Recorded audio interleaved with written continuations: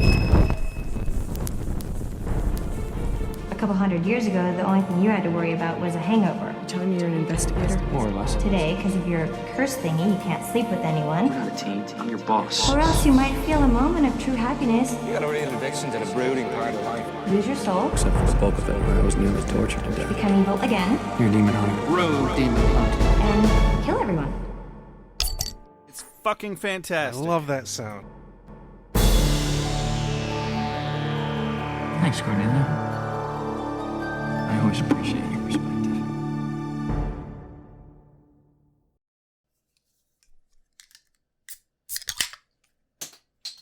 Hello. Oh no, I got beer on my computer. Oh no, we're all gonna die. Do not ruin the podcast this early in the recording, please. I'm electrocuting the fish that live in my computer.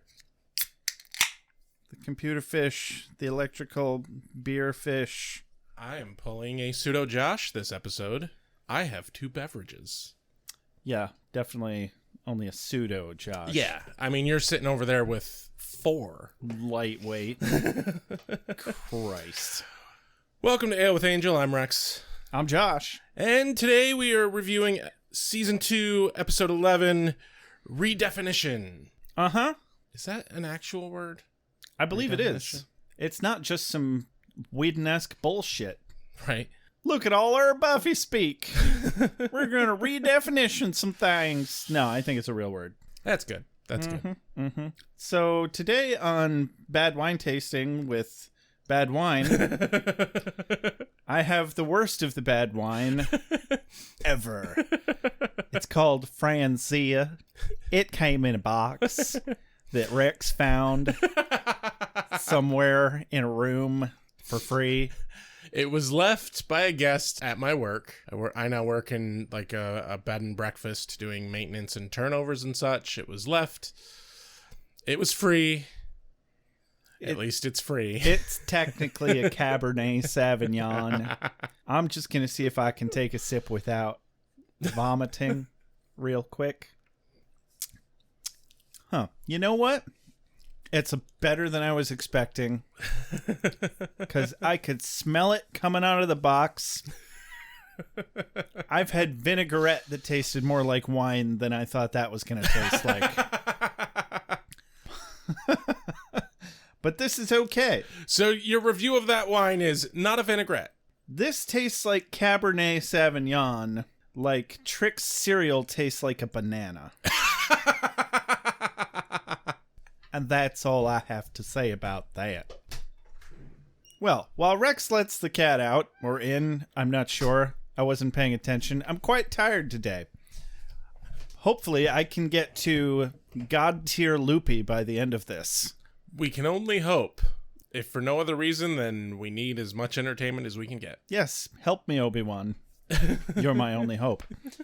Well, shit. To hell with order and decency or something. I don't know. I'm going to go ahead and read a couple of updates that we have on our iTunes reviews. We don't have new iTunes reviews, but we have people that just love us so goddamn much that they figured out how to navigate their way back to their old reviews to update it. Yeah. Just to give us a happy little message. So we're going to share that with you guys right here, right now. First one is from Brainer888. I don't think we read this update on the podcast yet. So, if we did, I'm not sorry, and I'm going to read it again. He says, he, she, they, I don't know, says, I love these guys. The show went dark during lockdown. I thought the dream was over. Now I'm caught up and really enjoying the Ale with Angel content. The show is similar to other nostalgic rewatch shows like The Greatest Generation or Fake Doctors, Real Friends. Rex and Josh do a great job of taking you through each episode without getting slow or boring. If you're familiar with the Buffyverse, you don't even need to watch the show because they explain the scenes and content so well. And they will call out bad behavior when they see it. Looking at you, nice guy Xander. ... Update, this is the new content. Josh and Rex take surprise sabbaticals about once a year. But I'm so happy when they come back that I don't care. It's like when I go to work and my puppy is 100% certain that I'm dead and not coming back. But then I do, and she goes bonkers with joy. Welcome back. Well, thank you, Brainer888. We're glad that we can make you go bonkers with joy. Yes. I'm glad bonkers is a real word and not just a shitty board game that they came up with back in the 90s. It was also a 90s cartoon. Oh, neat. Yeah, it wasn't good. I'm not surprised. So the other one that got updated was entitled Ultimate Buffy Cast by Smashed Snail, one of our biggest fans, or at least I always notice when you like our posts every time we release an episode on Twitter. And Smash Snail says, updating to say that I'm still listening and also loving Ale with Angel. Both shows were big for me growing up. I missed the podcast during your break. I hope you guys are recharged and loving making it again. And I think that's all the new stuff. Before they said, listen to all the available episodes in the last week. I appreciate the level of detail you give each episode. Each time a scene is discussed, I can see it in my head. Similar theme, anybody noticing here? Yeah. Maybe I've seen Buffy too many times. I still own all the season box sets, even the first. Thanks for the hours of entertainment. Signed, Angela. You're welcome, Angela. Yeah. Again. Yeah. Yeah. I wish I could count that as a second entry into our drawing for the grand prize of a hoodie for a review drive, but alas, Yeah. one per customer. Yep. Speaking of, Yeah. Someone needs to getting in touch with us if they want their hoodie. and we think their name is Callie, Yeah. spelled Kali, and their username was Redfish Bluefish. We announced them about a month ago as the winner of the review drive. Yep. But we haven't heard anything, or at least we haven't noticed anything. We should maybe scour our emails. Yeah, we'll double check things and make sure we haven't gotten a response because, hey, Callie, I really hope you're hearing this because you have till March 5th to get in touch with us. Yeah, we did the date math. Yeah, March 5th before we draw a new name. Yeah. So if you're playing along, that means March 14th, the episode that will release March 14th, will be the new name we draw or announcing that Callie got back to us and got their hoodie. You've been warned. Hey, you know what else, guys? You get a free sticker if you gave us a review. All you have to do is contact us and say, hey, fuckers, I want my free sticker. Yeah. And we'll go, hey, fuck you. But what's your address so we can send you a free sticker? And we actually just recently sent one of those out. We did. You're welcome, Paul Dahlheimer. We should make sure that was delivered. Hey, you want to go ahead and read their address live on the air for everybody? No, I don't. See, because we respect personal information, you're welcome again. All right, man, we were just burning right through business. Yes. Were you taking notes on that? No. Me either. Was I supposed to? I don't know. I thought I was supposed to. No, we take notes on the show, not this. Oh. No, on to the normal business. We have a list of executive doodle-doos that we must read off. It is our self-sworn obligation. Well, fuck a doodle-doo, Rex. Yes. Those executive doodle-doos are Taylor Jordan Guy, Cubby Seal, Mr. Tabalicious, Sandra Craig, Jay Sommer, Catherine Parkinson, Karen Moon, Chris V-Man, Catrick J. Furr, Scarlett Choi, Quotable Heaps, Andy Burgess, K. Fronome, Father Defenestrado, Methuen DeBurr, Kelly McAdams, Jesse Rain, and Carrie Phillips. Thank you so much. Without you, this show literally is not possible. Hot damn, we are just being so fucking productive today, I can't even stand it. Yeah. Yeah, look at all that business we just took care of. We should run this country, Rex. No. I think we'd do a better job than some of the people that are.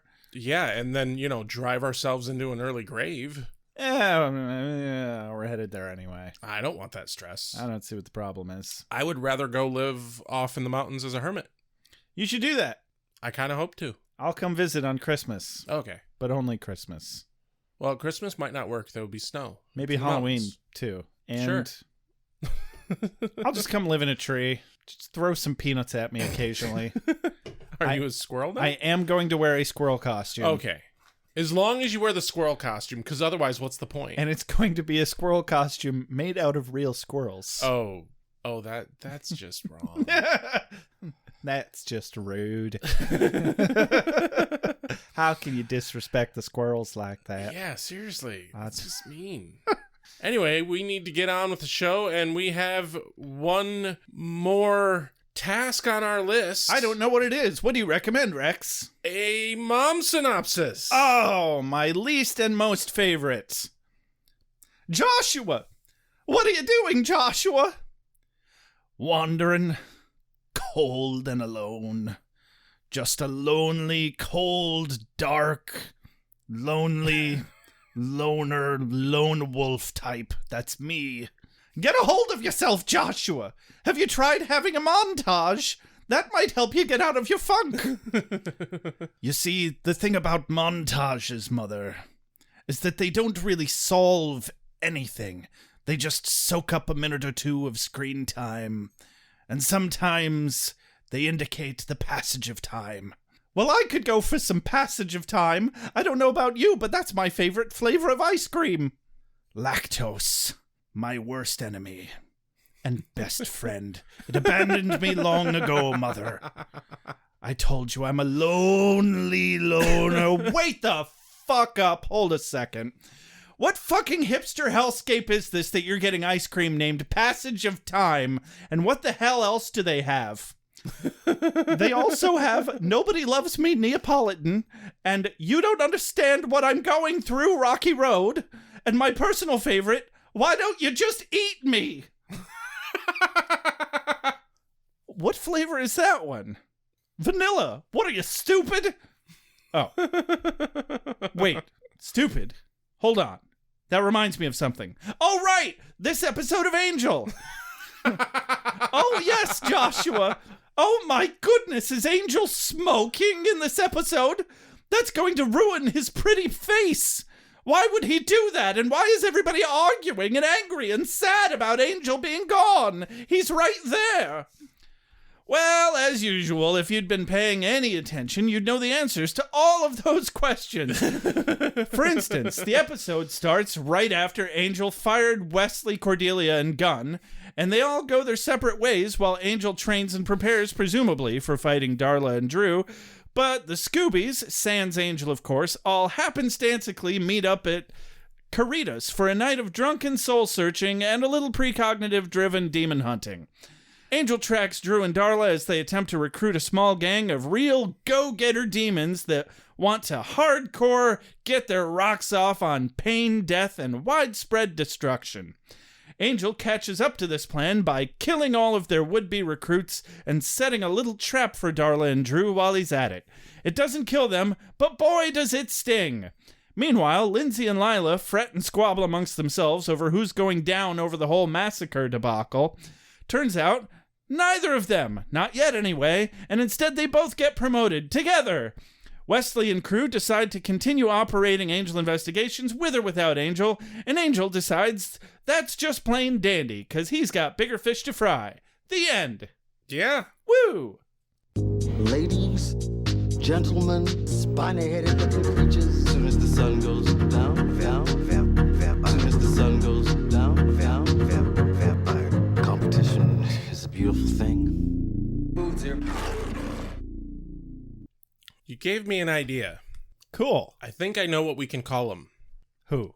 The Angel side of the sidekicks. Because Buffy has the Scoobies. Yeah. I just don't really feel calling this group Scoobies. Okay. Especially given that now they're 1/3 no association whatsoever with Buffy. Yeah. How about the Crewbies? Because they're Angel's crew. And they're kind of the B crew. Yeah. They're no Scoobies. Yeah, they're not. That's for sure. All right. I'm 75% in. 75%? I'm not all in, but Damn. I'll go with it. The Crewbies. Give it a try. Try it on, see how it fits, see how it moves. Take a walk with it, see how you feel. Give it a dry hump. Yeah. Do some inappropriate things. Exactly. See how I mean, it responds. Like, come on, Josh. If you don't be overly inappropriate with it, how are you going to know it's not going to work? How will I know who my real friends are? Yeah. I won't. I just won't. Anyway, the Crewbies are clearing out, just walking out of the hotel. they've been fired, picked up right where they left off. Sad Kirby's are sad. Yep.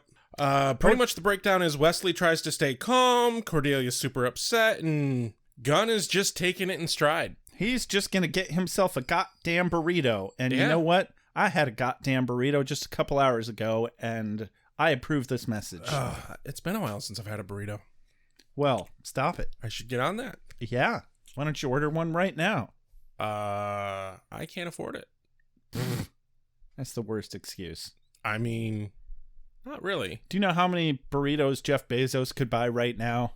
Yeah, way too many. And I can't. so get on it. I'm not Jeff Bezos. Then you never will be. No, I won't, because I'm not evil. Oh, I'm glad we agree on something. At least the not being Jeff Bezos part. So the funniest line we got that I felt, not really a quote of the day, almost an honorable mention, it made me chuckle out of the gate, was Gunn says, "No skin off my nose," and Cordy responds with, "Well, my nose skin is angry." I forgot about that. That was all right. That was okay. It was cute. Yeah. It was cute. I'll allow it. Yeah. I'm okay with it. I thought it was interesting that Gunn clarifies that this is just a side gig for him. Yeah. And I was like, hey, maybe they're about to explain that he still has other shit to do and a bunch of people that he was taking care of or something. Well, No. those were some high hopes. Yep. No, they all reside in just letting Angel be alone, and they part ways. Even if they had tried to explain that, that wouldn't explain why he's always around now. Right. But Wesley proposes maybe Angel just needs some alone time.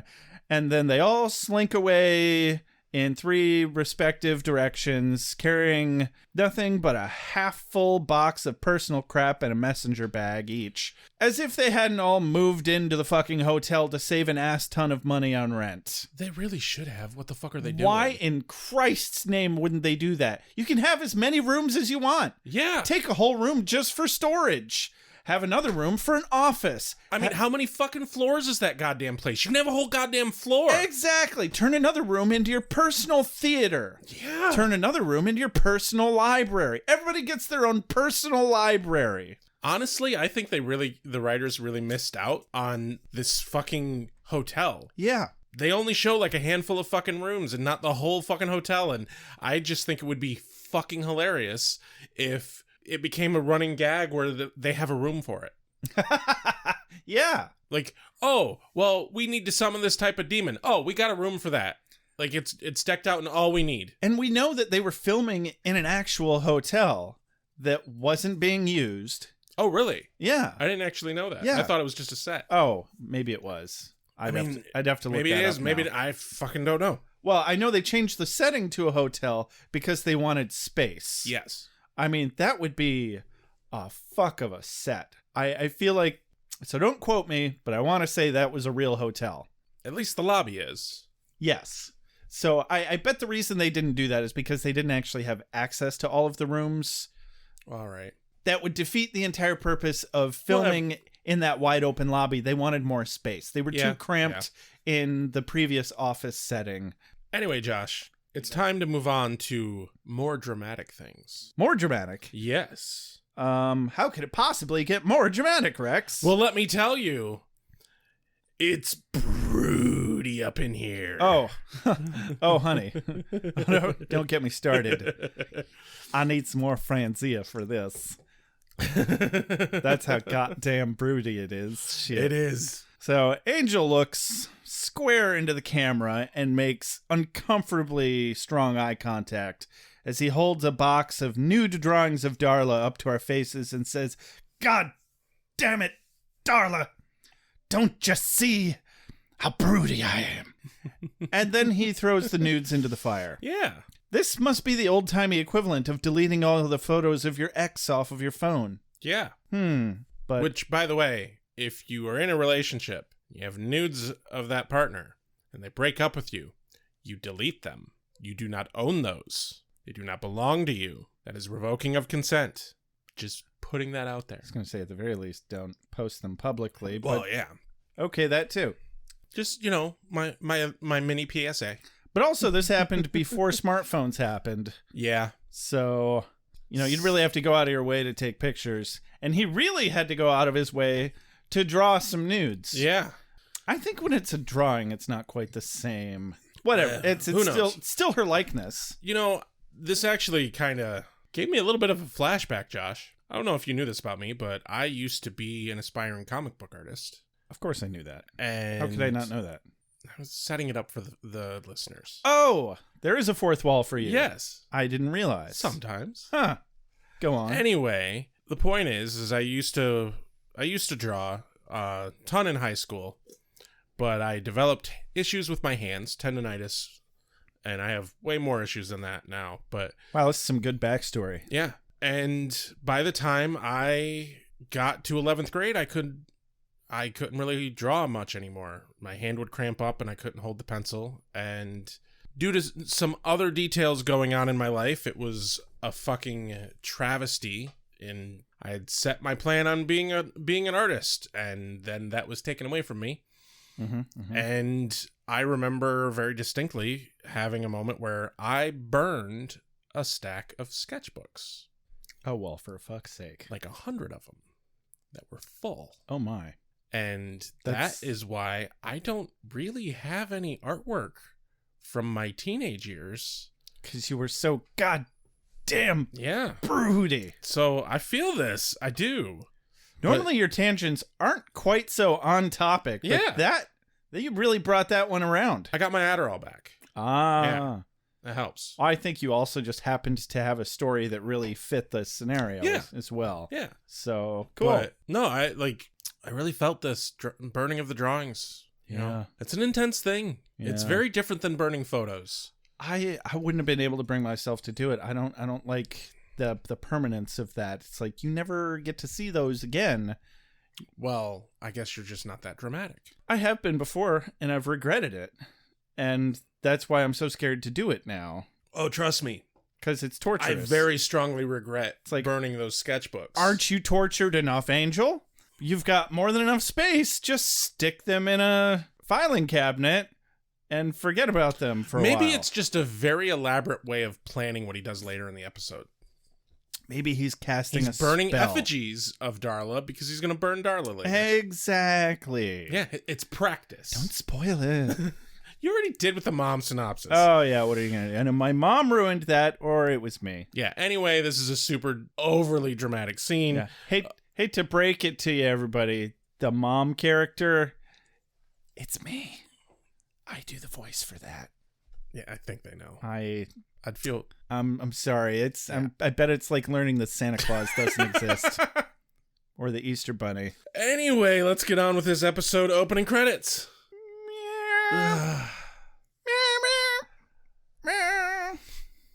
All right. I'll spare you. I'll spare you Thank this you. time. Thank you. If only you could have seen the look on his face. Oh, that made it worth it. Meow, meow, meow, I'm gonna... That landed right on my goddamn microphone. It's just a rag. Anyway. Okay. I'll let it slide this time, but someday. Someday. We continue. You're not going to see it coming, Rex. And then bam! Yeah, I'm sure. We continue after the opening credits with the broody, dramatic behavior. God damn it, Rex. And I have a question for you, Josh. Is Didn't there... you see how broody Angel was? Yes. It's Oh, right. Too much. Yeah. Not too much. Much too much. Yes. And I have a question for you, Josh. Is there any fucking point whatsoever in a vampire exercising? Zero. Like... There's so little point in a vampire exercising that I didn't write anything down about it. I'm pretty positive that they're supposed to have, like, some sort of, like, beautiful repose or some poetic thing that, like, their body doesn't change or age or grow. That's why Spike's hair never changes, because once he made it that way, it's that way. Yeah. And now he has to wear that fucking leather coat the rest of his life because it's the only thing that really goes with that. Yeah. You can't wear a suit and tie with that. But it really is kind of a timeless look. It's fine with me. Yeah. Whatever. But anyway, yeah, like, why the fuck is he exercising? I also am going to spend the rest of the episode making fun of basically everything he's doing. Yes. So I wrote a thing about that. We Did will you? get to that later. All right. So, yeah, we're in Angel's basement. He's doing some pull-ups or something. I dubbed it a dramatic voiceover training montage. Let's just say Angel's gone full broody. Oh, you never go full broody. You never go full broody. I'm weak. I'm nothing. I've wasted so much time eating bonbons and shopping for masculine perfumes that I've forgotten how rock hard my abs can get when I flex and do a quick montage. I'm not ready to fight Drew and Darla right now, but maybe this afternoon after I've had an assortment of fruit-flavored breakfast cereals. Silly rabbit tricks her for killing things.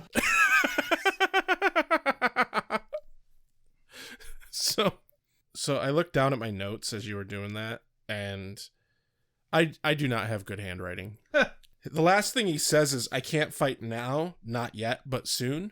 But when I wrote it down, it looks like not yet, bat soon. Close and like, enough. Yeah, that's kind of where he goes with this. Yeah. Bat shit? Bat? Yes. Bat crazy. Don't mind if I do. Blip, blip, blip, blip, blip, blip. Okay.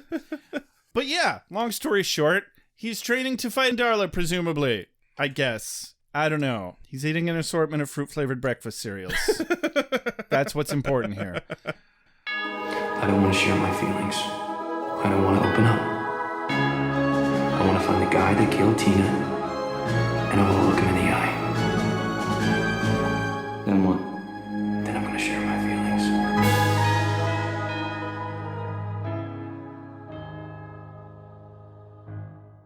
Cut to Holland's wine cellar. Where it's full of the only good lawyers. They're dead lawyers. I say, welcome to my wine cellar and final resting place. That's the last we get to hear of Holland. Yeah. Oh, jeez. Hey, look, Lindsay survived. Yeah. How about that? Much to his own shock. Oh, God. I would not be okay after what happened with him because, he wakes up under bodies. Under a pile of dead bodies. This is just... He probably specifically crawled under the pile of dead bodies to hide himself. I don't think he did because they talk later about him not knowing Yeah, why they he's let alive. him live on purpose or something. I don't know. The paramedic seems adamant that he should have a doctor look at him. And Lindsay's like, shut up, peasant. No doctor can help me. To be fair, doctors are fucking useless, really. So it's no wonder Lindsay doesn't really give a shit. He has a moment of would-be relief, realizing that he's the only one left from Wolfram and Hart. You can see the look on his face. He's like, I'm free. I'm free. Oh, but you're not, Lindsay. Fuck you. Milliseconds later, Lila's still alive. We got a live one. And he's like, we do? Son of a bitch. I thought I killed all that. I mean, oh, goody. Anyone but her. What are the odds? That bitch made a deal with the devil, I swear. Or, the producers of the show. Oh, what are you going to do? She's a named character. Of course she was going to survive before the rest of the red shirts. It would have been a really cool idea, actually, to have some, if you wanted to bring a new character in, but didn't want to, go through the work of setting them all up, you just bring some fucking random new person and make them one of the lawyers and pull them out. And then that's just the beginning of the fucking character. That'd be a clever way to do it, I think. I think that's just how you write new characters. Maybe. I mean, that sounds legit. Let's go with that. Yes. I don't know. I'm really tired. Well, stop it. So yeah, the universe definitely is not going to let Lindsay off the hook that fucking easy. Oh, God, no. Lila miraculously survives. Of course she did. She's a fucking demon. Or at least, if she's not, she should be. She's on track. Maybe she's just fucking a demon. She's well on demon track here. Like if if Willow, almost called her Allison Hannigan. If Willow can get a goddamn demon off her, I think Lila can get a demon off her. An offer to be a demon, if you will. Or get a demon off. That doesn't sound difficult, really. I think it depends on the demon and what kind of appendages we they could have. all really just reach out into the air and make a schlick motion and probably accidentally get 18 demons off. I just jerked off like 50 demons right now. I don't even want to imagine how many demons are getting off on those wacky flailing inflatable tube arm men. Can you imagine if you could suddenly see ghosts? How many ghost ass is probably on you right now? Like, if you were a ghost, wouldn't you just rub your butt against people? All the time, Rex. Like, yeah. I mean, absolutely. You do a bunch of lewd shit to people at random. I'm learning a lot about you right now. Not sure I like all of it. Well, your absurdity is a bit low key. I have to make up the ground. Well, at least someone's pulling their weight around here. And I think it's the ghosts. Yeah, probably. Wait, they're weightless. So they're always pulling their weight. Exactly. Damn you, you found my loophole. And you put things in it. Let's not talk about what? That doesn't seem like public necessary information. Can we move on to the next scene now? I'd love to. Cut to Wesley's apartment. Where, hey, for the last 5 episodes, he's been in a committed relationship with Virginia. I completely forgot who the fuck this person Right. is until they worked it into the dialogue. So it's Virginia, the rich girl who Wesley had to pretend to be Angel to protect. Which was only 5 episodes ago. Yeah. It seems like a lot longer than that. Because he was forcibly hired by her father, whose goons mistook him for Angel, but her father was the one actually trying to kill her. And I think her father's dead now. I don't remember. But so you think they're in a committed relationship? Yes. I double-checked the wiki. They are. Okay. See, I wasn't sure if they actually hooked up or if he's still just professionally her bodyguard. They live together. Okay, because they did establish... That's their apartment. I remember them establishing the episode after that he was still being her bodyguard. Yep. Okay, but it is canonical that they are together and they live together. Yep. Neat. Good for them. I thought maybe he was just like, well, I don't have a place to stay. Can I stay with you? Even though you're my client, and that's highly unprofessional. No, it's even more unprofessional than that. He's living with her and boinking her on the regular, probably. Oh, my. Go on. Yeah. I didn't say stop. I wasn't going to go into more detail than that. This isn't that kind of podcast. Tell me more about ghost asses, Rex. I got nothing. I'll ghost your ass. I love that they brought her back. You know what really sucks about being Bruce Willis in The Sixth Sense? The Sixth Sense is... He's dead? He didn't just find out that he's dead. He found out he was dead, and he was still going to work that whole time. Right? Man, that sucks. Yeah. What are you going to do? An afterlife.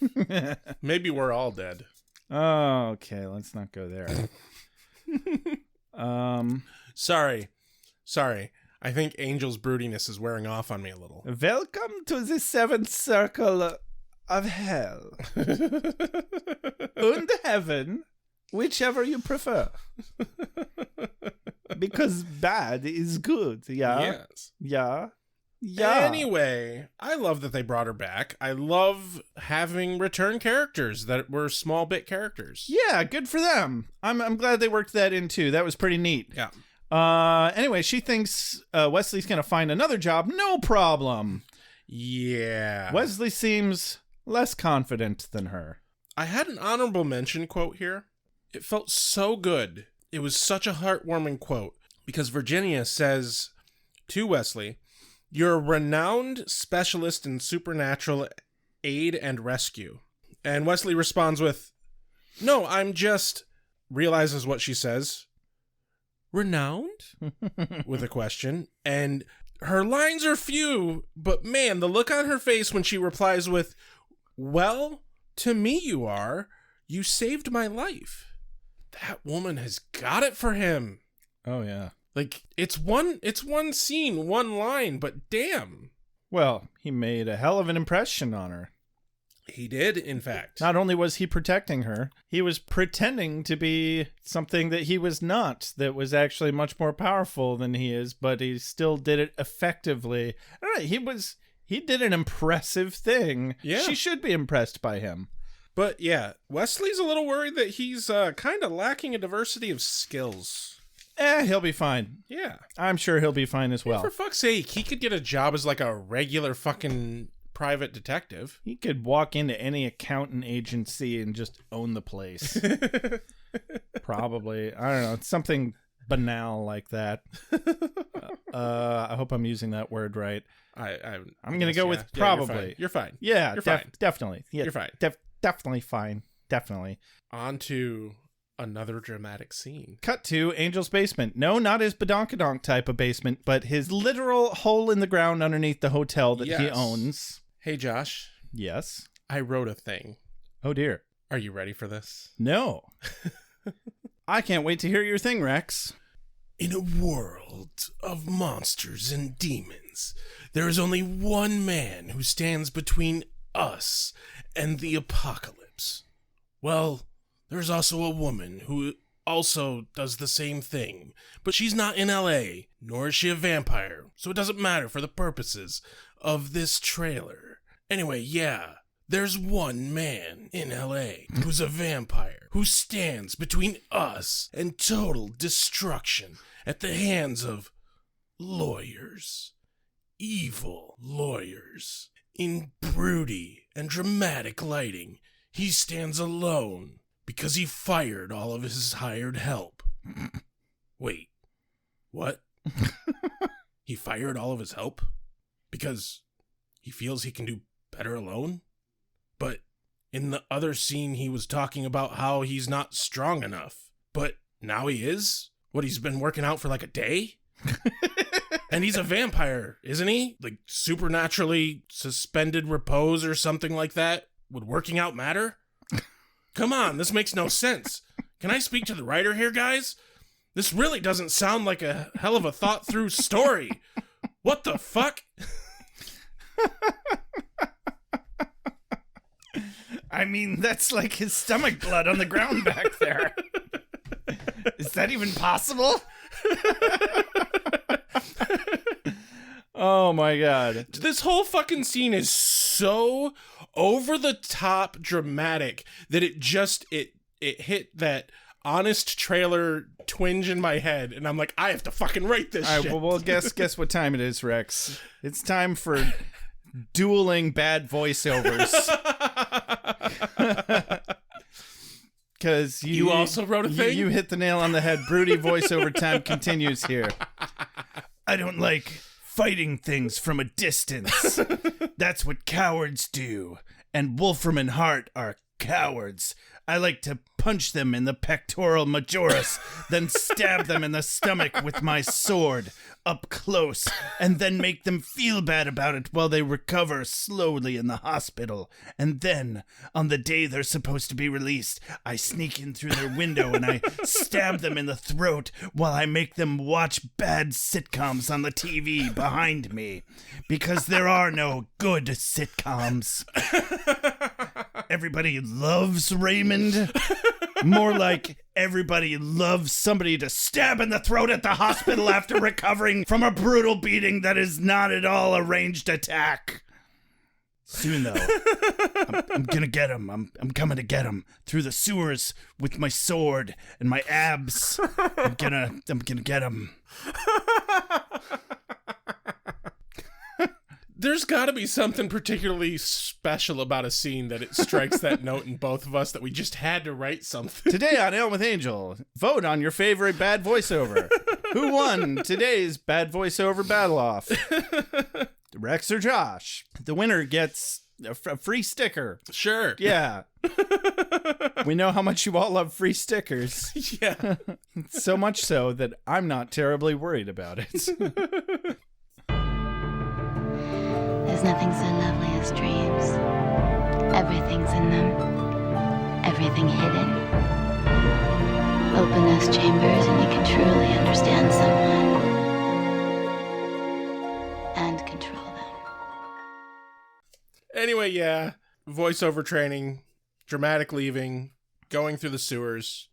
That's the whole scene. Yep. A few hours of training. Yeah. Hardcore training. Like, nothing else going on in this episode indicates that it was more like than a day. Yeah. Like, I'm ready. like, what? I've got moves. Now I just need to know what their moves are. And the motherfucker abandons his coat. Wait, that didn't happen yet, did it? No, that didn't happen. Okay. Yet. That's later. Never mind. Pretend you didn't hear that, everybody. I'm just going to drink some more Francia. And then we head back to Wolfram and Hart, where there's some fun evil banter going on between Lila and Lindsay. Dog a sheep, snort, snort. You know, you can always rely on these two for fun evil banter. Yeah. Strong, murderous subtext. That's what you want in an honest work relationship. Murderous subtext. That's what I look for. Yeah, Darla practices her stand-up routine on Lindsay and Lila. Yeah. Lindsay's like, why'd you spare me, Darla? And Darla's like, do you really have to ask? I'm in love with you. She laughs. Drew laughs. Lila laughs. Shut up, Lila. I'd say it was well received, but I guess Darla's not really the type to crave validation from lawyers. I have a quote of the day. A quote of the day? Yes. That's a thing we do. And it's from one of our favorites, Drew. Ooh. She's a character on the show. Yeah, as Lindsay and Lila enter Lindsay's office and find Drew and Darla there, Drew says, he's got cow eyes, big and black. Moo. But she delivers a perfectly evil moo. She manages to moo not only in a British accent, but also evil and crazy. Yeah. Like, that is a moo to send shivers down your spine, my friend. That is singularly impressive. It really is. She's so good at the crazy. Yeah. This moment really reminded me of a joke. It's more of a meme, really, but shut up. It says, my wife asked me why I carry a gun in the house. I looked her in the eye and said, Decepticons. She laughed. I laughed. The toaster laughed. I shot the toaster. It was a good time. I forget why it reminded me of that joke. Oh, because they all laughed and she told Lila to shut up. That's why. That's all. No, so basically... Decepticons. Basically, the rest of this scene is Darla explaining that they spared these two because they think that Wolfram and Hart is going to kill one of them as the scapegoat, and they will get to keep the other as a plaything and a sort of evil liaison with the lawyers. Yeah, sort of. Or completely, literally in every way. Yeah. Because Darla wants power. She intends to use the Gerba Thump Thump's resources to acquire it. Because they have money and connections and etc. And, she'll get around to killing Angel eventually. But goddammit, not everything's about Angel. Yeah. Even when it is about Angel. Maybe you could all just stop bringing it up all the damn time. Seriously. I mean, This is all patently false, of course, in this universe. It quite literally and figuratively revolves entirely around Angel. Yes. Everything. Quite literally. Yeah. Despite Lila and Lindsay's concerns that the senior partners are going to execute them, Darla seems confident at least one of them will be rewarded for their ruthless initiative. And from there we go to the sewer. A sewer. A sewer where Angel is laying in wait to ambush some other vampires. He's hanging out on some pipes, thinking to himself, having another bad voiceover. Yeah. Well, it took a few more minutes than I expected, but I'm definitely able to take out a gaggling lot of dipshit vampires, which I could do that before, but, never so hot, so chic, so god-damned broody. I'm so super fucking broody. Oh my god, you guys, this is great. Fuck this coat. I don't need it. I'm too sexy for this coat. Oh, and he kills a bunch of vampires. Yeah. He outright Batmans a bunch of vampires. Yep. Just because they existed. What an asshole. I mean, they're vampires. They're evil. They killed people. They sounded like douchebags. Yeah. I'm just being judgy. And then he does the thing he does the most in this episode. He dramatically leaves the scene. I was going to say ditches coats. I mean, that was like his signature coat. Why is he ditching his coat? He also left the sword behind. Like, Yeah. Aren't you gonna need that? Might need that, you think? God. It's like your favorite sword, bro. And your favorite coat. Who wrote this? We could easily look it up. But We could wiki that, but I'm not gonna. We have better places to be. You know who else can wiki that? Literally anybody. Yes. Yeah. Because the internet is a thing. Yeah. I'm not gonna do it. This is a standoff. We have more important places to be, Josh. Alexa, who wrote this episode of Angel? Don't say that on a fucking recording. You're going to activate someone's Alexa. That's the idea. You're going to make it like buy them toilet paper or something. Then they should have had it voice protected. Wait, what's the name of this episode? Redefined. Redefined. Or redefinition or some shit like that. Alexa, who wrote the episode of Angel entitled Redefinition? Hey, Google, who wrote... You're going to make my phone do shit. No, that's why I specifically... Maybe you should have had your fucking phone voice protected, bitch. That's why I specifically didn't say that. You bastard. Hey, Google, who wrote this episode of Angel? According to Wikipedia, Whedon wrote and directed one episode throughout the season. The series premiere, City of, due to him working on 2 shows at once. Well, we know it wasn't him then. Yep, wasn't Whedon. Not surprised. He's a douchebag, but he's a better writer than this. Yeah. Anyway, as I keep trying to go into my fucking segue into the next one, we have better places to be, Josh. We do, in fact. Where would that be, Rex? That would be... Caritas! Haha, I played you. I knew all along. Yes. Haha. Yes. See, we said it together the same way that we say De Bronze on Beer with Buffy. It's almost like we're doing a show that we've practiced a lot. Shh, don't tell them.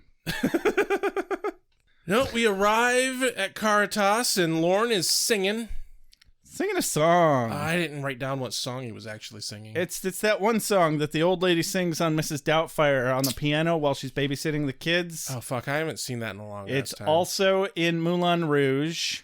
Voulez-vous coucher avec moi ce soir? Yeah. Well, however that song The goes. thing you do not say if you're actually in France. Yeah. I hope there's no French people listening to this. And then, Wesley happens to be there, and he orders what I will now call a non-nummy Bloody Mary. He orders a nummy num. A non-nummy. Hold the nummy. Yeah, hold a Bloody Mary. Hold the nummy. Because it ain't got no real blood in it. But Wesley, I thought that was your favorite thing, was nummy blood. You're so inconsistent, Wesley.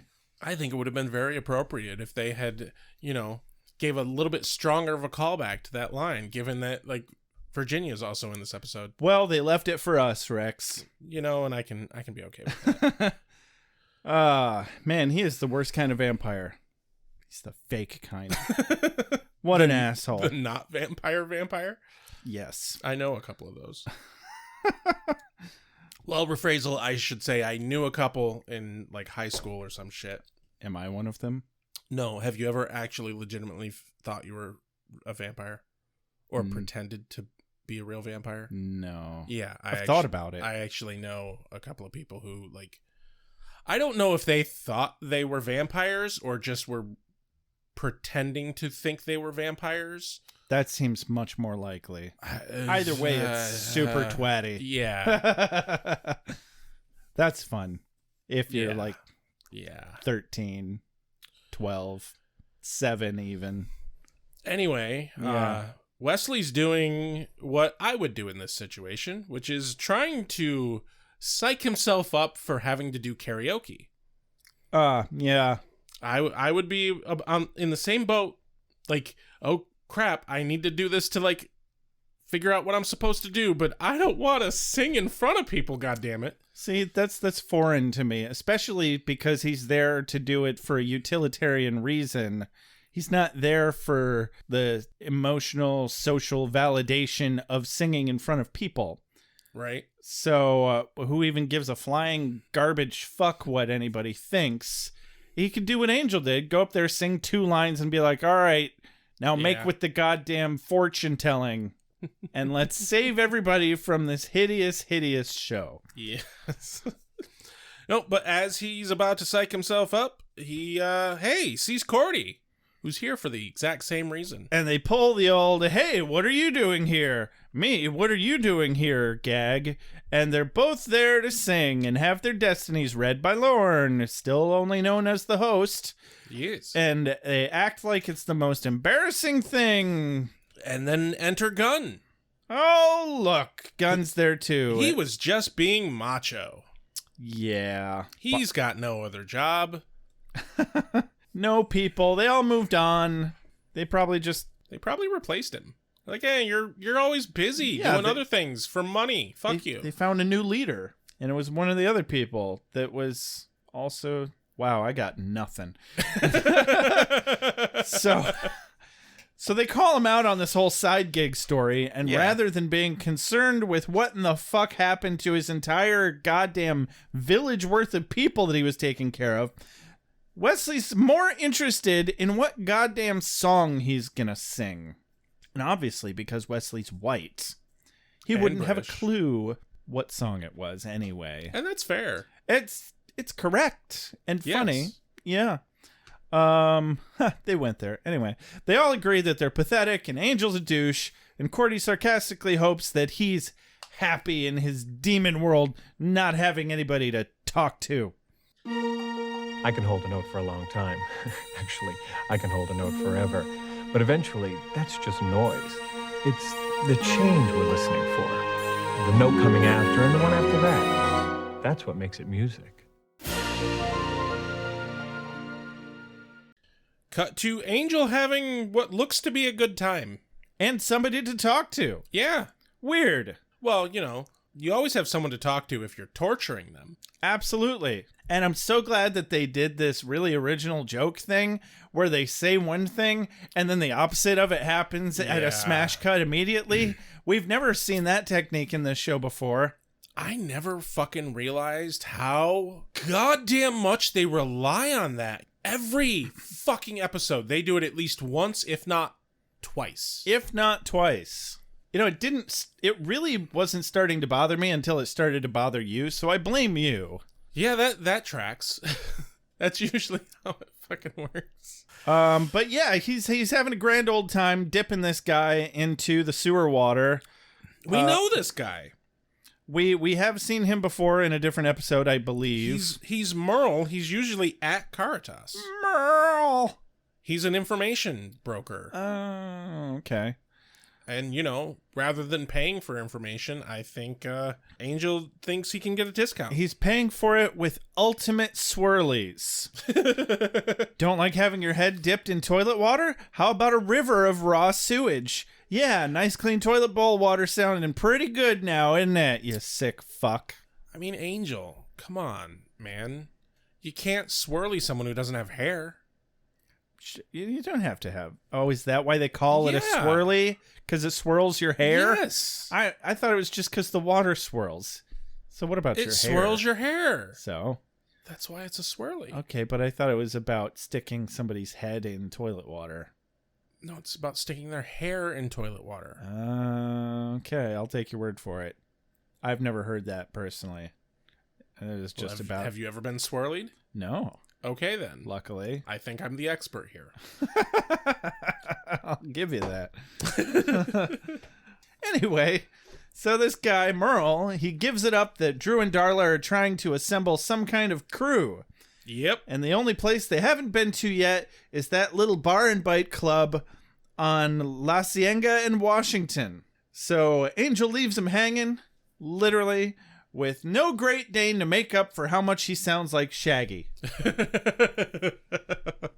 And not even a giant sandwich.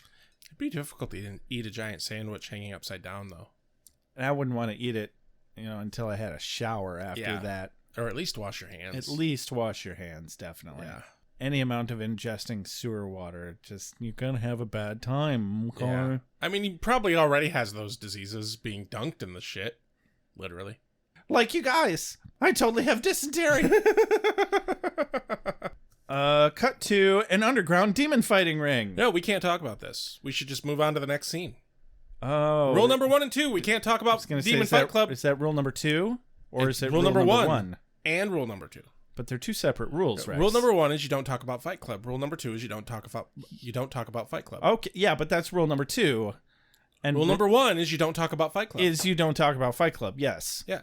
And that's not the same as rule number 2. Rule number 2 is you don't talk about Fight Club. They're two different rules, Rex. They just happen to have the same message, you see. But the point is we can't talk about this scene. We need to move on. Finally, we agree on something. So... Honestly, I would love to do the joke where we literally just don't talk about the scene, but there's a really good moment in this scene. I was absolutely just about to break both rule 1 and 2 separately and simultaneously, because Angel goes incognito wearing a hoodie, and he's got his face vamped out. Yep. It doesn't really feel like his style. I wouldn't recognize him like this if I were Drew or Darla. Same. Especially because he threw away his signature coat. Fucking asshole. You know what, though? Some random dude is going to find that coat, and it's going to be his best damn day. Or he's going to see that, and he's going to be like, damn, this is a sexy coat. Yeah. This is one sexy sewer coat. Yeah. I mean, it's leather. It's washable. You can clean it. It's not leather. Yeah, it is. No. Isn't it leather? No, it's just like some sort of cloth. Oh. I mean, I thought it was leather. It's a long coat, but it's not leather. I think he has a leather coat. Maybe that is the leather one. I forget. Who knows? Yeah, who fucking cares? It's gone forever now. Well, I'm sure he knows right where it is. He knows the sewers. No, so get a good moment here. Fight Club, everyone fighting. In enters Darla and Drusilla, and Darla introduces them, says, "My name's Darla, and this is Drusilla. We're new in town, though some of you know us by reputation." And then one of the random dudes is like, "I ain't never heard of you before." And then Drew rips off his ears. Completely, literally rips them off. And then the best follow-up line. Steals them. 5-finger discount style. Darla replies with, "Now you never will." Hey-oh. You know, I bet the most painful part was the irony. Yeah. Not the having his ears ripped off part. Well, he doesn't know what she said. I mean, just because his lobes were ripped off doesn't mean his ear holes aren't still there. Well, yeah, he can still hear her technically, but I'm sure right now his ears are only filled with, my ears! That is probably accurate. I don't think I would have any clue what anyone was saying around me if that was the case. Yeah. At the very least, I'd be covering those gaping bloody holes in my head if that happened to me. Yeah, so anyway, Darla and Drew are there looking for muscular slaves. Darla starts in on her recruitment speech, but Drew goes ahead and has one of her cuckoo visions and senses that Angel is watching Darla right now. How could that be? You know, Darla, I get that Drew is crazy. I get it. But you don't keep a psychic, mystic, sort of crazy vampire along as a sidekick and then ignore her. Yeah. She's got the shinin'. You mean the shining? Shut up, boy. Do you want to get sued? Yeah. God, that's a good pull. Ah, thank you. Yeah, you don't shit on the shinin'. I just actually saw a clip from Simpsons just today that I hadn't seen in a long while, and it was also Willie. He was saying how brothers and sisters are supposed to be mortal enemies, like Englishmen and Scots, and Germans and Scots, and Irishmen and Scots, and Scots and other Scots. Damn Scots ruining Scotland. Jesus. I miss Willie. He was a fun character. He was. I miss the show in general, but nothing's been good since like season 7. Yeah. So whatever. Anyway, yeah, Darla is like, "Drew, stop talking about Angel. Don't bring up my ex-boyfriend. You're making me really upset. Don't do that." Anyway, she's like, yeah, shut up, Drew. By the way, everybody, here's my card. If you want to fuck some shit up, be there, and we'll kill all the losers together. It'll be a laugh. I like how she only throws down one business card, so they all had to pick it up and like look at the address and like pass it around. Right? Just one guy read it off and everybody else write it down. Yeah. Or everybody has to fight over it. You have to fight just to be at the fight to audition to be one of her fighters. Yeah. Yeah. Also, her plan is to have a tournament, but she wants more than one person. I assume she's going to do a fight to the death. I don't know. Like, that's only going to get you one lackey. It doesn't seem particularly well thought out to me. No, it really isn't. Yeah. She's not a very good mastermind. Cut to outside where Angel realizes he's in over his head. Yeah, he's not ready. He's still just too close to take on Darla. And it was then that I realized that I'd left the oven on with a pizza in it. It was going to smell like cheese and carbon in the whole hotel for days now. Also, my epiphany is telling me a couple hours before and after brunch probably wasn't enough to cope with centuries of being lost and abused. The montage has failed. Curses to the montage. Now I have to go find my coat. I can't brood properly without my coat. It's gonna smell like the sewer and shit now. I'm so fucking broody. Good way to fuel yourself there, Angel. Like, layer it on. You know, if you're worried that you're not going to be able to maintain this broody, throw your coat in the sewer. That's correct. Yeah, that works out. You can always go back and get it. Yeah. And then just be upset that it smells like shit and piss. Yeah, we know there's about 5 less vampires wandering the sewers now. Yeah. So there's 5 less vampires to take your coat. Exactly. Cut over to the Gerba Thumpy Thump. Yes, Gerba Thump Thump, where Lila enters Lindsay's office saying how she's not coping well with this fear of death, and hey, maybe we could stick together and you could tell me incriminating evidence and I can use that and we can run away. Gosh, Lila, that's the best idea I've ever heard. Here, let me do that right into your microphone that's directly under your lapel here for me to grab conveniently as you try to kiss me. Yeah. That's about how that scene went. I think she played it a bit heavy-handed. Way too heavy-handed. So heavy-handed that it almost makes me think she was doing it bad on purpose because she's got some even more diabolical plan underneath it somehow. Like, it feels like that's what it should be. She's fucking better than this. She really is. Actually, I think this episode is just that poorly written. Yeah, no. Nail, head, hammer. Bam. Yeah. So, yeah, she does... we're not stupid.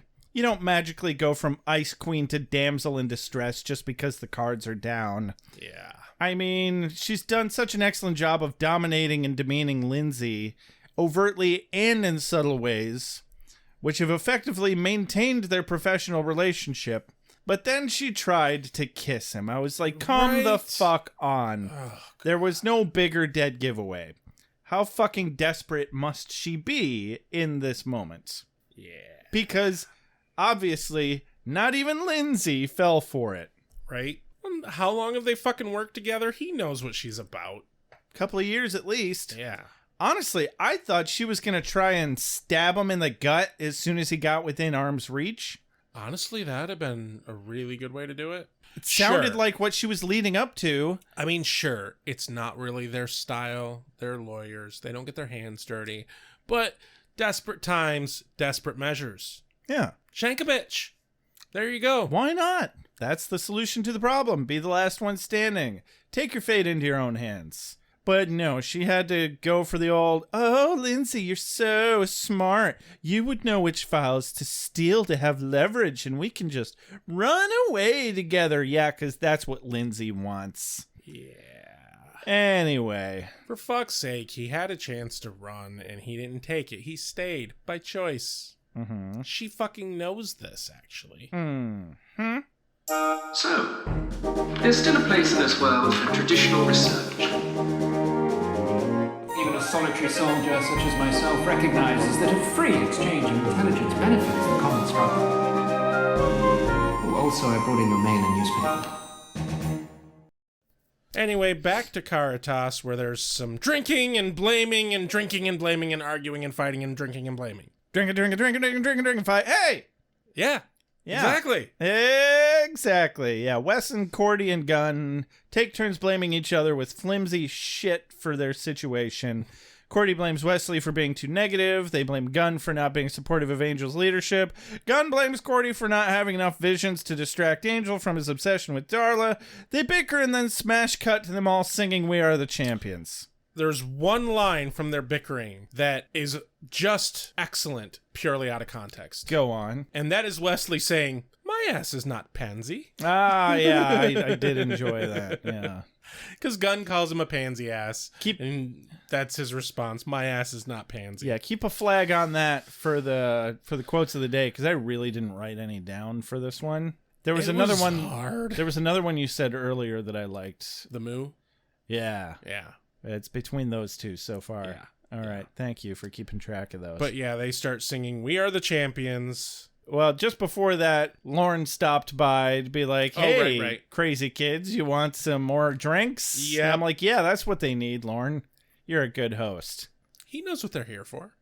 To get fucking blasted. To get tanked. Fuck a roodle-roo. But yeah, they sing We Are the Champions, and then cut to them back at the table. It's the end of the night. The place is closing down. They are fucking wasted. Yeah, their heads are all hanging down on the table in a drunken stupor. Lauren comes over again. You'd think he would have talked to them a little more than this throughout the night. I got another quote. This from Cordy. Cordy says, "Vampires, sloth demons. You know what's really, really evil? Tequila." I agree. Yeah. Tequila is not a benevolent substance. No, it really isn't. Then enter Lauren. And they're like, we sang. You're supposed to help us. Get with your fortune cookie. Yeah, where's our free fortune-telling services, asshole? He's like, hey, Cordy, use my jacket as a pillow because you're about to have a hell of a vision. And vision. It's a demon dragging a bleeding girl. And they all run off as if they're all sober now. Right? Good luck, fuckers. To be fair, adrenaline can do some pretty fucking amazing shit. Yeah, that's true, I guess. Cut to Angel, who is... we get another montage. And continuing to have one montage after another. But this time, he's gearing up with his strappy wrist stake shooter thingy, so that's cool. Like, I think the writers were like, guys, what's the Guinness World Record for most montages in an episode? Because we're going to beat it. And we're going to make cue a montage of them writing the montage. We're going to make a montage about that montage. Exactly. That's where the joke was. All right, you beat me to it. But no, I mean, come on. It's a gearing up montage, and I love me some gearing up montage. Fucking A. Ooh, it's good. Oh, yes. I could do without all the rest of the montages, but this one... Yeah, they weren't particularly good. They were just cheesy shit that didn't make any sense. Yeah, that's fair. But, you know, he brings back the surprise steak. I'm a fan of the surprise steak. What you got there? Oh, nothing. Surprise, it's a steak. But I can't eat that. But what's at stake here, you guys?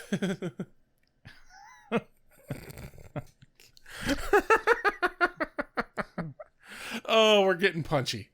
We're getting punchy. I am so tired. Cut to an alleyway. Yeah. Where the Scoobies find some blood.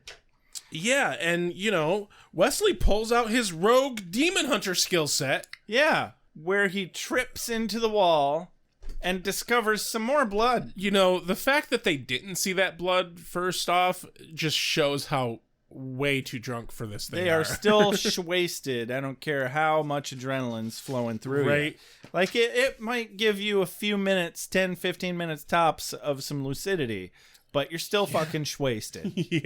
Yeah, and they're all like, oh, if only Angel were here. And Wesley's like, oh, fuck that. Angel walked away from his duty and we're not going to. Ha, I said duty. I was gonna say that, but you... Hey-oh.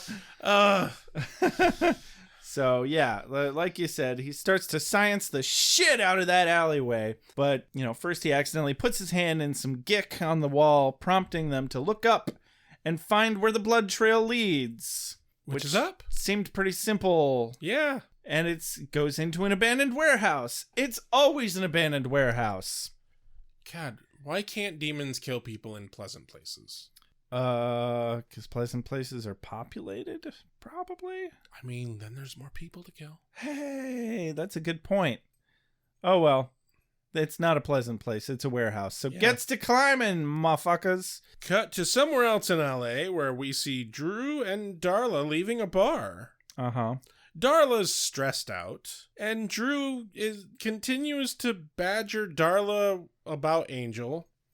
And he then won't goes stop coming. Then goes into a big fucking crazy tangent. Something about fire, and I wonder if she's actually giving foreshadowing to a later episode. I think that would be cool. Or, a later moment in this episode. Oh my god. I feel dumb now. I mean, it could be about other episodes too. Why not? Suppose. But yeah, Darla doesn't care. She's just tired of Drew's crazy shit, and she stops listening to the fucking precognizant one. And then Darla is like, you know what? This episode doesn't fit the Bechdel test very well. Why does everything have to be about a man? And then she makes it all about a man. Yeah. And holy abandonment issues, Batman. Because she's all like, I don't miss my heartbeat, Drew. It was a symptom of a disease I've since been cured of. In a perfect world, Angel would be here right now, helping me burn this city to the ground. This is his job, but where is he? Probably flogging himself in a church somewhere. One of my quotes of the day, Drew says, ooh, flogging. Ew, churches. And I agree. I mean, I'm not so much with the ooh flogging, but plenty with the ew churches. We do, however, know plenty of people who are with the ooh flogging. Yeah. Aren't you one of them? No. Oh. No. Okay. I'll take your word for I it. don't like pain. I heard otherwise. Oh, yeah. I like pain. Okay, that's true. Anyway, Darla drones on, perfect world this, slaughtering the innocent that, raining down destruction, nothing left but ashes, etc., etc. Dogs and cats living together.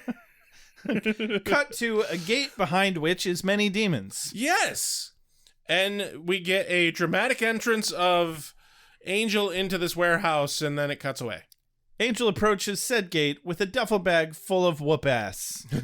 He came here to do two things. Have a montage and whoop some ass. And he's already had way too many montages and he's for all one out man. of montages. He's all out of He is, though, because there's no more for the episode.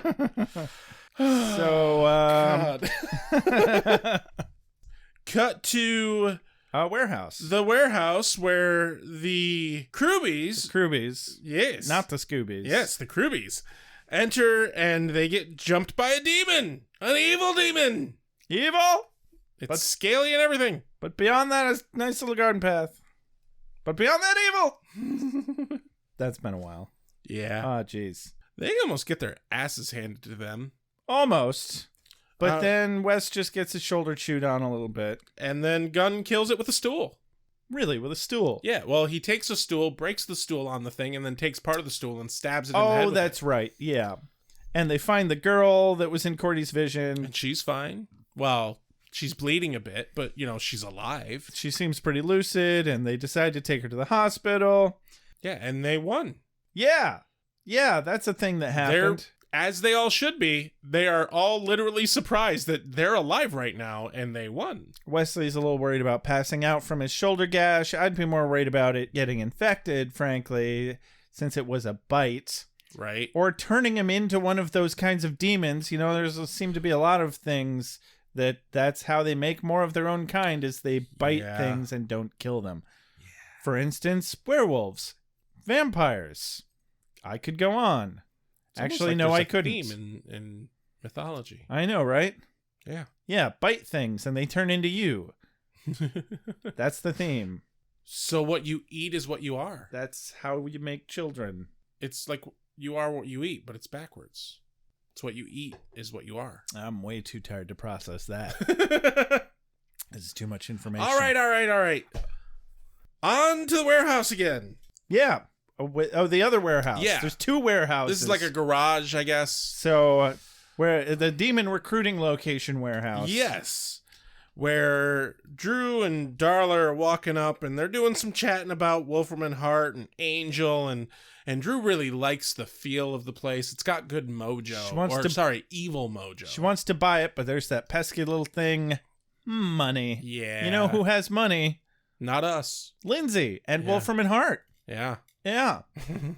Drew uses this segue to talk about how much she likes Lila because she's wicked, and she's not wrong. No, she's not. Darla postulates that even Lindsay and Lila don't know Wolfram and Hart's true plans for Angel. Handy that they squeezed that in there. Hinting that Darla, in fact, does. And then we get a good, I love this little line from Drew. Mostly the delivery on it. But she says, they're standing at the door, they're about to open it, and she says, 10 little soldiers all in a line. A shot rings out, down to 9. Nope, nothing creepy about that. Yeah. It just seems to go right over Darla's head. And she's like, oh, you silly bitch, always saying things that have thinly veiled meanings that always come true moments later, except for this time, of course. Yes. Yeah, it won't come true this time, I'm sure of it. And they walk in, and the floor is just littered with dead demons. Yeah. I had a quote of the day here. Drew says, dead already? Bad soldiers. Yeah, I did almost write that down. Yeah. Oh, it was good. And then they see Angel in the shadows, brutally, dramatically smoking. Smoking? He's gone bad, you see. Damn it, Angel. I knew you were broody, but this is just beyond the pale. You're setting up yourself as a bad influence. You're supporting big tobacco now? Honestly, if I were a vampire, I would be smoking constantly. It's not going to hurt him. I would never stop. Exactly. If they could make a safe cigarette, an actual safe cigarette, I'd take it back up in a heartbeat, even though it's expensive. Probably shouldn't because it's expensive. Yeah. Oh, well. Darla turns on the charm because, obviously, it's Angel and she can control him with her vice grip on his stupid emotional man balls. And then he throws a cigarette at some gasoline. Angel's had one too many montages this episode, and god damn it, Darla, don't you see how super duper, super Saiyan next level fucking broody I am. Whoosh. Well, if you can't see it, then I'm just going to put the cigarette out on the floor. Oh, there's a trail of oil there, my bad. Oh no, you're standing in gasoline. And almost as if it were premeditated arson/murder, the ladies burst into flames due to Angel's moment of sheer self-indulgent, utter disregard for people's well-being. Yeah. They run to a fire hydrant. They open the fire hydrant like you do. They when you're on hydrate that fire. Yeah. And Darla questions the identity of that man. That wasn't Angel. Wasn't Angelus either. Who was that? I couldn't control him with my feminine wiles by twisting his proverbial balls. And he wasn't a world-destroying monster, the love of my life, you know the one. Lame, I don't like that. I feel burned and crispy. Much like a frozen pizza left in the oven for too long. Now I'm gonna smell like cheesy carbon for days. I have a question. I have a poor answer. Did Angel succeed in just causing them immense pain with the fire, or did he fail at killing them? Why not both? Why not? You'd think he'd have noticed there was a fire hydrant right outside the door, right? He's clearly not thinking things through too hard this episode. Man, I guess that's what too many montages does. I gotta go with failed. It felt much more like failed. Because he sets them on fire and then walks away. I just imagine for like a day or two, he thinks they're dead. Quite possibly. Yeah. He could have easily, followed them. Yeah. And attempted to finish the job, but he didn't. So, yeah, it's anybody's guess. A lot of poor decisions going on in this episode. A lot of them, indeed. All of them. Absolutely all of them by Angel himself. Like writing it. That was a poor decision. Yes! For this episode. It really was. I'm with Wolfram and Hart. Everybody should have a lawyer like this one. Mr. Winters shall never be convicted of any crime. Ever. Should you continue to harass our client, We'll be forced to bring it into the light of day. I want that stricken from the record. A place I'm told that's not all that healthy for you.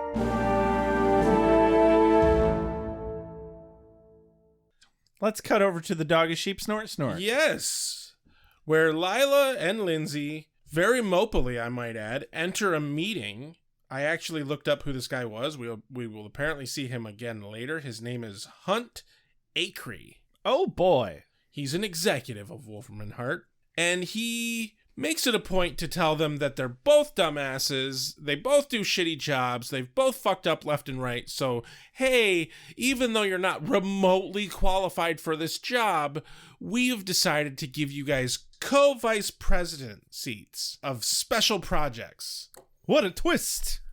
We think you both suck, but because you hate each other, you'll suck less. Yeah. That's logical. We'd rather hire internally than make it available to the public. Well, that's just inaccurate to every business I've ever worked for. That sounded like sarcasm, Rex. A bit. Okay, just checking. Just a bit. Just making sure. Yep, they definitely seem to really enjoy the performance-enhancing effect of both of them thinking that one of them is about to be axed, literally, at any given point in time. Yeah, corporate logic. Hurrah. Cut to Angel's Badonkadonk. Yes. Wes comes halfway down the stairs on his high horse, not having a clue what Angel's been doing or going through, as Angel is brutally throwing some throwing knives at a dartboard. Yep, like you do. And Wesley says, I thought you might like to know that we're keeping the agency open with or without you. You may have turned your back on your mission, but we haven't. Someone has to fight the good fight. And Angel, of course, has a voiceover for this. Yes. He does have a slight moment of doubt we see through the symbolism of him throwing a knife and then missing the bullseye. And then he pauses, and then he goes back into full-on voiceover Angel and throws the last one. Let them fight the good fight. Someone has to fight the war. Bullseye. Gerarg. Is this for me? I must be ready. I need my strength. Give me more! Nights I shall walk in the earth. Hold on. You've got something in your eye. I'm going to call this Angel voiceover Angel from now on. I don't think he said a real line the whole episode. I think he talked to Merle. Shit, you're Marl, right. or whatever the fuck that dude's name is. Merle. I think that was the only person he talked to. I really wish they hadn't had him say a word there. I think it would. I agree. That would have at least been entertaining. Yeah. Like, no, this Angel, whoever he is, because it's not Angel, it's not Angelus, he's someone else. So Angel, Angelus, so he's us. He's Oas. He's Oas. There you go. This is Oas. It's the second half of Angelus. Okay. Because he's not Angel. He's not Angelus. He's just the rest of it. You lost me. You should explain it a little harder. So speaking of not saying anything throughout an entire production, if y'all haven't seen Nicolas Cage in Willy's Wonderland, right? You should get on it. I just actually rewatched that. Because that's a neat movie. I just rewatched that with my partner because they hadn't seen it. And, Caitlin loved it. Yeah. They loved it. It's funny. It was just as good the second watch through. Awesome. It was just as good. It is supposed to be funny. It's funny in an Ash versus the Evil Dead kind of way. Yeah. It's very tongue-in-cheek, taking itself as exactly serious as it needs to. Yes. And all the humor is just fucking exactly spot on. Mm-hmm. It's fucking perfect. And the absolute best part is Nick Cage manages to be his most cagiest without saying a fucking word. Yep. It's so good. It's the opposite of what this episode of Angel was. Yes. And should have been. Yes. Or what it was trying to be anyway. Cause, how'd you feel about this episode, Josh? Well, Rex, let me tell you how I felt about this episode. I don't think I liked it very much. I don't feel like we've made a whole lot of progress. Remember last Really? episode when we were celebrating how we finally ended this plot line because Holland is dead now? Yeah. And okay, Angel can finally stop obsessing over Darla, and it can stop all being about him hunting down Darla. Maybe we Yeah. can move on. I don't think we really did that very well. No, I think we did the exact opposite of that. See, I don't even know what he means when he says someone's got to fight the war. I assume Angel means the war against Wolfram and Hart, but he's only fighting Darla and Drew, who are they're agents of chaos. Yeah, they need to go down, but like they're not really war scale entities, even though they're kind of sort of in cahoots with Wolfram and Hart. It doesn't really count. Is it a war in his heart or some shit? His personal war of struggling with being a cursed Nightwalker who doesn't fit in either above or below? I don't know. I think this is a sign that the writers still had no clue what they were doing with the show at this point. No, I completely fucking agree that they have no clue what the fuck they're doing. I mean, first off, he's obviously not fighting against Wolfram and Hart. He's attacking and hunting down Drew and Darla. But he's not killing them either. Because, yeah, okay, the fire thing was cool and fucking dramatic, but, like, he didn't set it up to definitely work. Like, the fucker can lay out a dozen goddamn demons and walk away fine, yet he half-asses the plan of setting them on fire, doesn't finish them off? Like, what the fuck? What is his goddamn point? What war? What war? If you're fighting a war, you're dumb and you're losing. Yeah, and you're alienating your closest, strongest allies in the process. Like I said in the fucking trailer that I made. I'm too weak to do this. I'm not strong. Then why'd you get rid of your help? Uh-huh. You fucking idiot. Yeah. Like, oh, he's gone a little bad because he let the vampires eat some fucking lawyers. Oh, what the fuck? What the fuck? Yeah. It seems very forced. We just need an excuse to take Angel off the rails because that seems to be how he is at his most interesting. We're halfway through this season of Angel, and all I can fucking think is, have we even had a good fucking episode? Have we? Because it's been a while. I don't know. My memory is shot right now. It has been way too long since I feel like we've had a good episode. Yeah. All the good episodes have been on Buffy. Yeah. That's why I feel like we have had good episodes, just maybe not of Angel.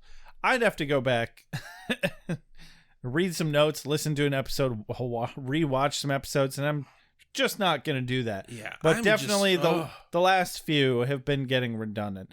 I was happy that they brought back Darla. I was happy they brought back Drusilla. It's great to have Drew and Darla fucking some shit up, and maybe you could argue that the theme of this episode in particular is everyone is lost and directionless, and everyone's feeling abandoned or something. Yeah. But something about it just doesn't click.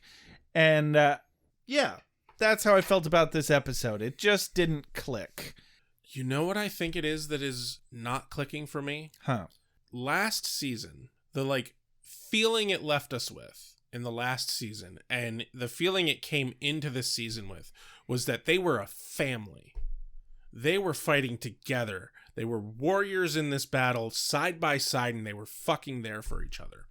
And then, Darla comes along and, everything's fucked. Angel's back to being an asshole again. What the fuck? We're supposed to have character growth. There was none in this episode. None. Zero. It felt like Angel was on this weird fucking nonsensical journey where he made no progress. Yep.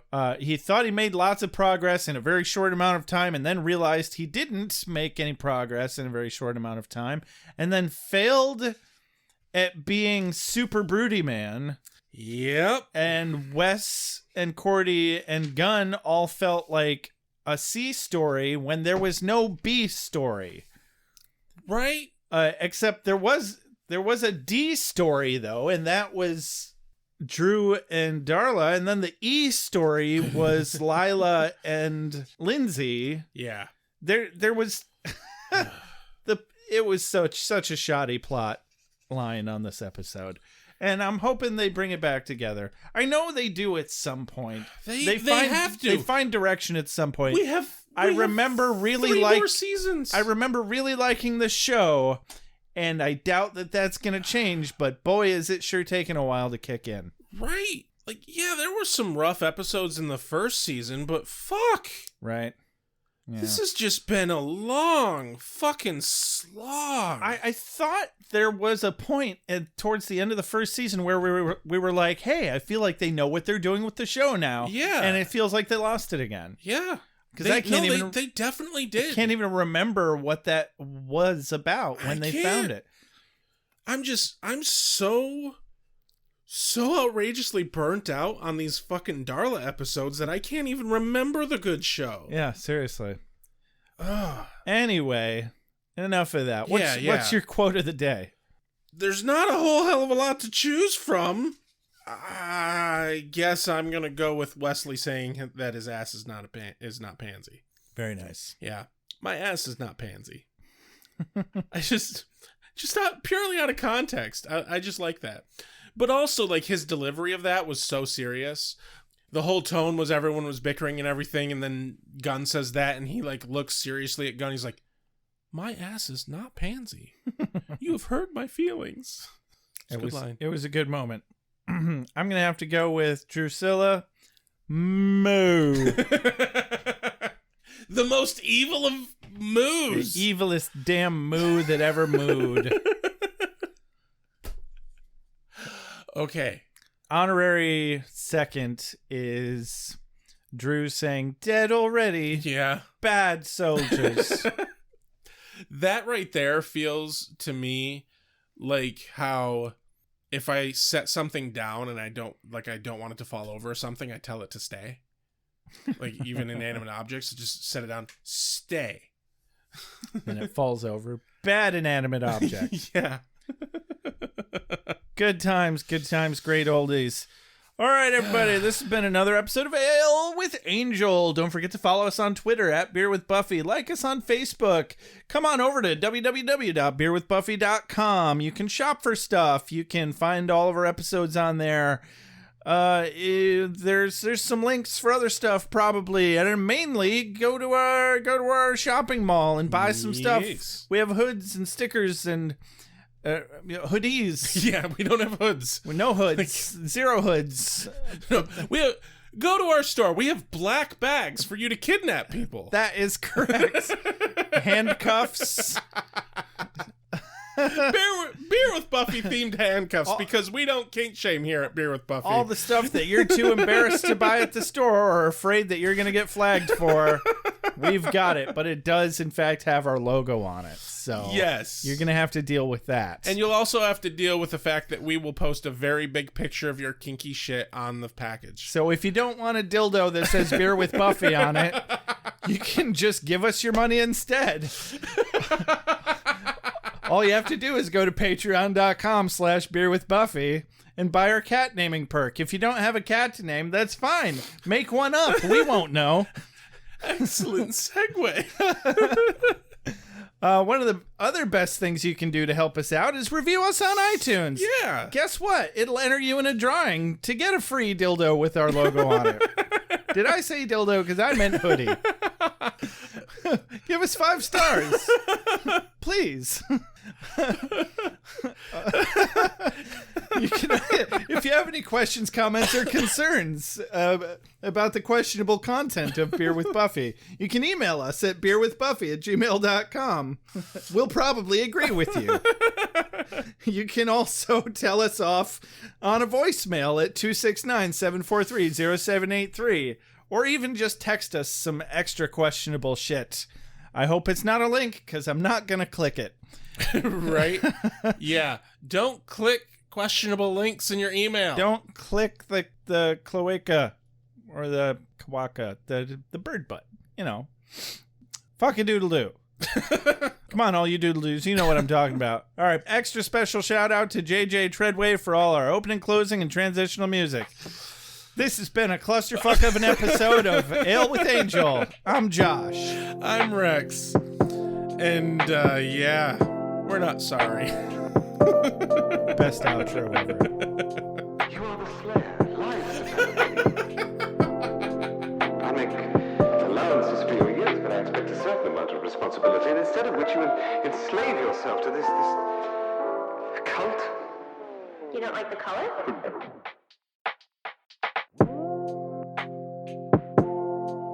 You have a sacred birthright. You were chosen to destroy vampires, not to wave pom-poms at people. Why can't you people just leave me alone? You are the Slayer. Go ahead. I'm a watcher. I haven't the skill. Oh, come on. By appealing to your common sense. Werewolves, incubi, succubi, everything you've ever dreaded was under your bed, but told yourself couldn't be by the light of day. One girl in all the world. Common sense. One girl in all the world. It was a bit, British, wasn't it? Whee! Wait, what have we done? Why are we watching this?